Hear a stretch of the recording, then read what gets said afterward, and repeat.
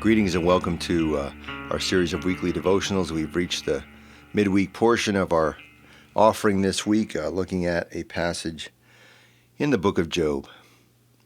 Now, I've mentioned for a few weeks now some of the things I often hear at funerals where people will say things to try to make sense of what has happened.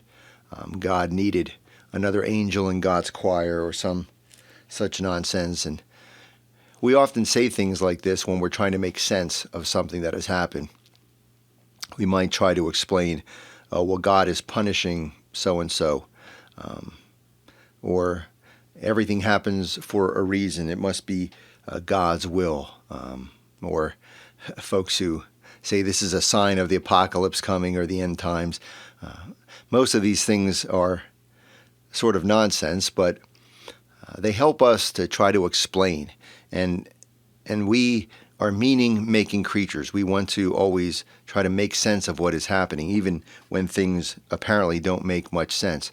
We like to believe that there's a sense of order and structure and justice in the universe. And when something happens that threatens this notion, well, we tend not to like it very much. And this is what has happened to Job. His sense of order, his sense of fairness, his sense of justice, his sense of structure in the world is upended by what has happened to him. And God responds thusly, "Where were you when I laid the foundation of the earth? Tell me if you have understanding.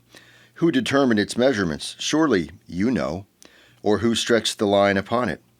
On what were its bases sunk? Or who laid its cornerstone when the morning stars sang together and all the heavenly beings shouted for joy?" God is essentially saying there is order to the universe, but it's not for you to understand. And I'm reminded of a scene in one of my favorite movies, Forrest Gump. He's running a marathon from one end of the country to another, and he has a massive throng of followers who are following him and following his every move. And in one of the scenes, he's jogging along, and he happens to step in a big pile of dog manure.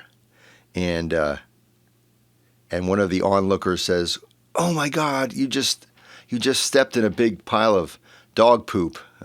He actually used another word for poop, but Forrest Gump turns to him and says in his southern drawl, "Well, poop happens." And you can imagine the word that he actually said. And of course, the onlooker takes this and makes a T-shirt out of it. It becomes this famous slogan, which we all have probably recited over and over again.